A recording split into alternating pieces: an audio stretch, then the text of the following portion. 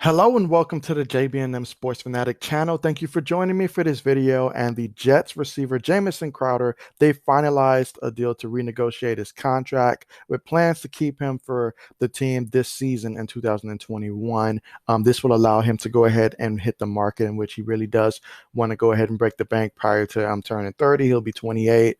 And so that gives him an opportunity, should he have a good season this time around, to go out there and test the market and try to get the most that he can before, reaching the age of 30. So it works out for him, works out for the Jets as well. Now, obviously, the Jets, they did bring on, I guess you can say the biggest acquisition at receiver was Corey Davis, given the year that he had last year with the Tennessee Titans.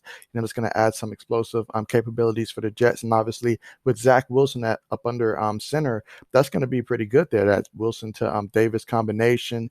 And then you add, Denzel Mims, of course. They picked up Keenan Cole. They drafted Elijah Moore. And so now you look around and you're like, okay, so they've got some, solid receivers here.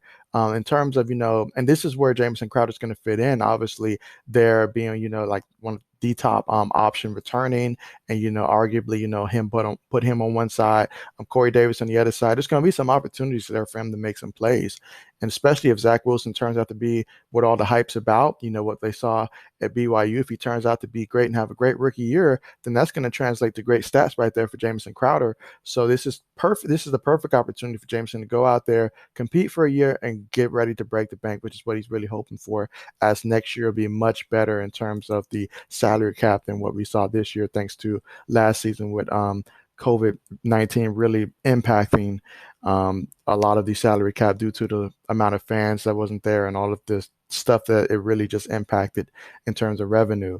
Now, when you look at Jamison Crowder, his career, he spent the first 4 years of this in the league with the Washington football team from 2015 to 2018. And throughout that time, he suited up for 56 games, starting 28. So starting about half of the games he suited up for. He had 221 receptions for 2,628 yards during his time there, averaging nearly 12 yards a catch and 14 receiving touchdowns.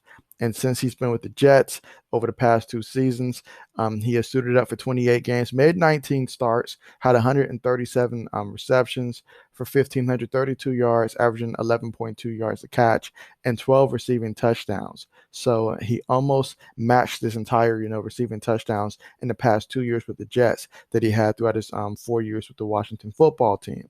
So that being said, the man clearly wants to get paid. His best season came with the Jets in 2019, where he had 78 receptions for 833 yards and 6 receiving touchdowns. This past season, he started 7 games and he had 59 receptions for 699 yards and 6 touchdowns. So he believes in his ability. Obviously, we've seen, guys like Robbie Anderson, what happened to him when he went to join Carolina. Obviously, he was able to have a tremendous year last year, just, going to a different team. And so he looks at that and he's like, yeah, he can definitely, impact the team and make that money. So it's looking like, this will be a 1 year type of thing. Obviously, there's a lot to play out this season, in terms of Crowder production, how the numbers look.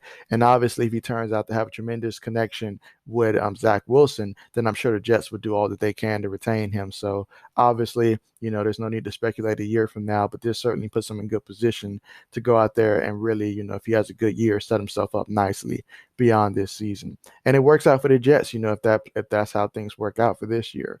So with that being said, though, there's a lot to play out and looking forward to it, but they were able to finalize that renegotiation, so works out for them. So with all that being said, thanks again for joining me for this video. Hope you enjoyed it. And as always, as more things continue to unfold, you can be sure to find it here. So thanks again for watching and see you guys next time.